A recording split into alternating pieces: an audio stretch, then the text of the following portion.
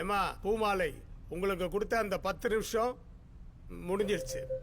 அதனால் இந்த வழக்கை நாங்கள் தள்ளுபடி. ஐயா வணக்கம் தள்ளுபடி பண்ணிடாதீங்க ஐயா. இந்த நாட்டை நீங்க தான் ஐயா காப்பாத்தணும்.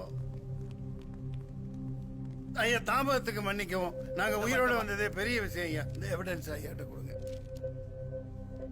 யுவர் ஆனர், என்ன நடந்ததுன்னா, இந்த பாரு, உன் மனைவி பூமாலையினுடைய வேண்டுகோளுக்கு இணங்கவும் மக்களுடைய எழுச்சிக்கு ஏற்பவும் தான் முதலமைச்சர் இங்க வந்திருக்காரு. கேட்க வேண்டியதை மட்டும் கேளு.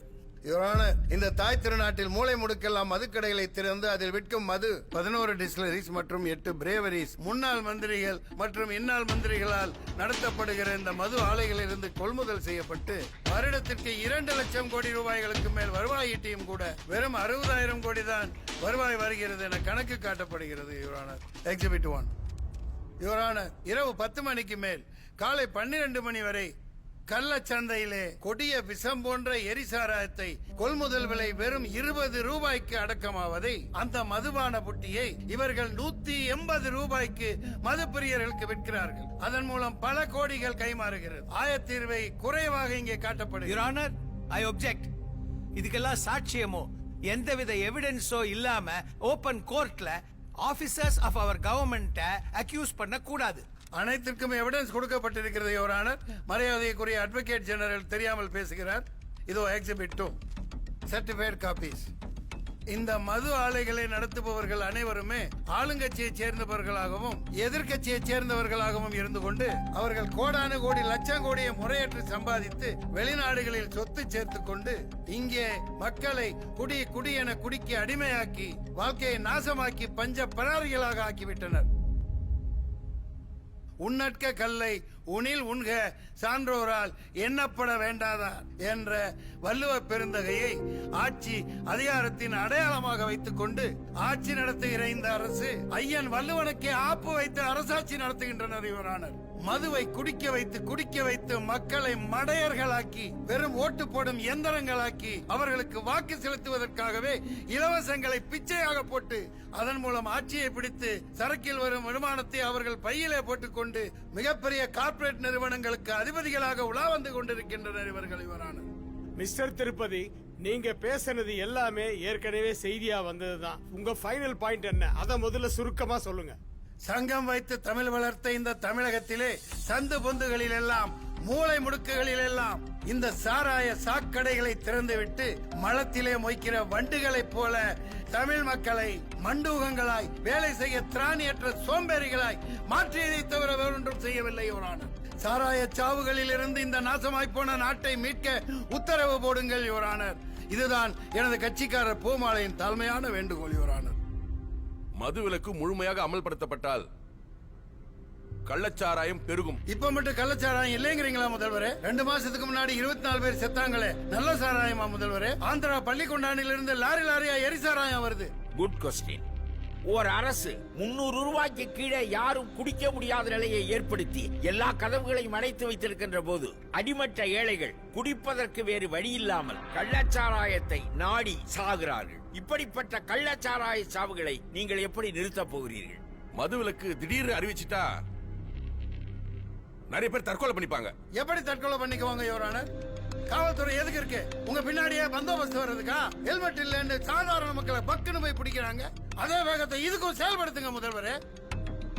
எத்தனையோ நாடுகளில் மது விலக்கு அமுலில் இருக்கிறது. அந்த நாடுகள் நன்றாகவே இருக்கிறது. தமிழகத்தில் மட்டும்தான் வாழ்வுரிமை பறிக்கப்பட்டு இந்த மதுவால் இளைய தலைமுறை அழிந்து நாடே வஞ்சிக்கப்பட்டு விட்டது. யுவரானர், மாண்புமிகு சிஎம் ஐயா, திருப்பதி அவரோட வாதத்தை வச்சுட்டாரு.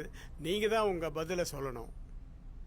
எவன் செத்தா என்ன, எவன் குடும்பம் அழிஞ்சா என்னன்னு கடையை திறந்தே வச்சிருக்க போறீங்களா இல்ல மூட போறீங்களா? யுவர் ஆனர், யுவர் ஆனர், இதற்கு முடிவு மக்கள் மன்றத்தில் எடுக்க வேண்டும், நீதிமன்றத்தில் அல்ல. ஒரு பொங்கல் பண்டிகைன்னா இலவச வேட்டி, இலவச சேலை, இலவச கரும்பு, பணம், வெள்ள நிவாரணம், லேப்டாப்பு, ஸ்கூட்டி, ஃபேனு, ஆடு மாடு, இப்படி எதை இலவசமா கொடுத்தாலும் வாங்கிக்கிறீங்க. இதெல்லாம் கொடுக்கறதுக்காக எங்க வீட்டுல இருந்தா நான் பணத்தை எடுத்துட்டு வர முடியும்?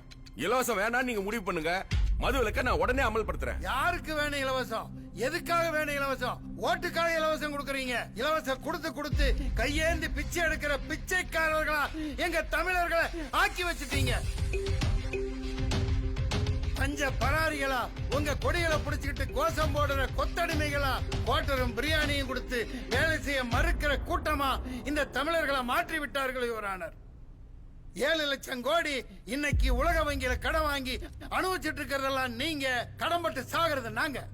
ஒயின் ஷாப்ல மட்டும் இல்ல, மண்ணை விக்கிறீங்க, மலையை குடைஞ்சு கல்ல விக்கிறீங்க, கனிம வளங்களை எல்லாம் கார்பரேட் நிறுவனங்கள்ட்ட கமிஷன் வாங்கிட்டு கொடுத்துறீங்க. இலவசம் யாருக்கு வேணும்? அது ஒரு ஏமாத்து வேலை. உங்களுக்கு இலவசம் வேணுமா?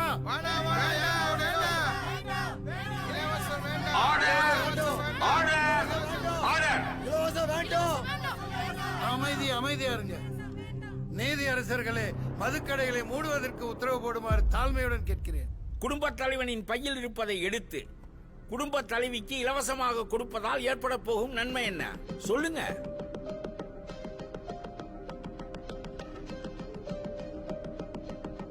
மக்களே சொல்லிட்டாங்க, மக்கள் நலம் தான் எனக்கு முக்கியம். மதுவிலக்கு இருந்தா நம்ம நாடு நல்லா இருக்குன்னு சொன்னா இன்னும் 1 மாசத்துல தமிழ்நாட்டுல பூரண மதுவிலக்கு அமல்படுத்தப்படும். இது உறுதி, இந்த அரசு உறுதி அளிக்கிறது. கோடி நன்றி. அவசரப்பட்டுட்டீங்களே தலைவரே.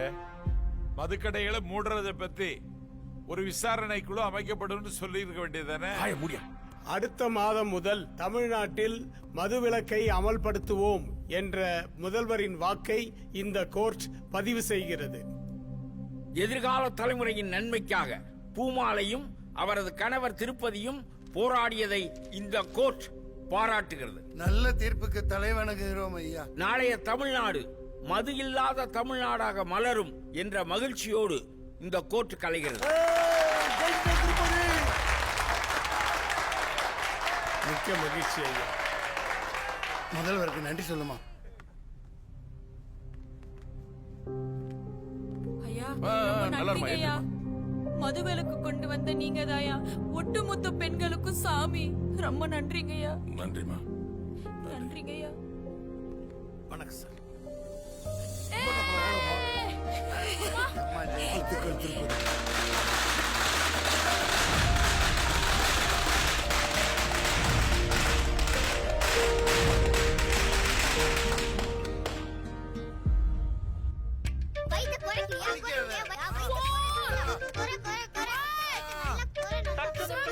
முக்கிய செய்தி. கடந்த 1 மாதத்திற்கு முன்பு நீதிமன்றத்தில் தமிழ்நாடு முதலமைச்சர் வாக்குறுதி கொடுத்தபடி இன்று முதல் தமிழ்நாட்டில் பூரண மதுவிலக்கு என்று அறிவித்திருக்கிறார். அனைத்து அரசு மதுபான கடைகளும் மூடப்பட்டு சீல் வைக்கப்படுகின்றன. அரசின் இந்த முடிவு மதுப்பிரியர்கள் மத்தியில் வருத்தத்தை ஏற்படுத்தி இருந்தாலும் பெண்கள் மத்தியில் மிக பெரும் வரவேற்பை பெற்றிருக்கிறது.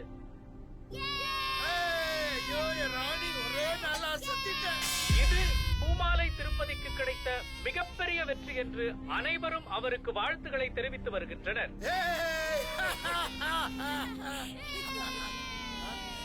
உங்களை மட்டும் தாங்க திருத்தணும்னு நினைச்சேன். ஆனா உங்களால இந்த தமிழ்நாட்டுக்கே விமோச்சனம் கிடைச்சிச்சுங்க. நான் ரொம்ப சந்தோஷமா இருக்கேன்.